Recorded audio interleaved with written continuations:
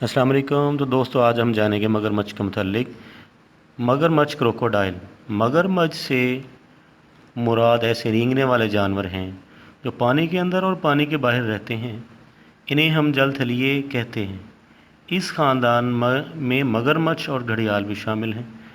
मगरमच्छ पानी में अपना ज़्यादातर वक्त गुजारने वाले खजिंदे हैं जो खुश्की पर भी रह सकते हैं। मगरमच्छ अफ्रीका, एशिया, अमेरिका और ऑस्ट्रेलिया में पाए जाते हैं।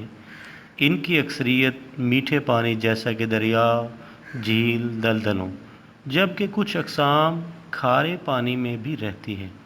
ज़्यादातर ये मछली, दीगर खजिंदों यानी तैरने वाले जानवरों और ममालिया जानवरों पर गुजारा करते हैं।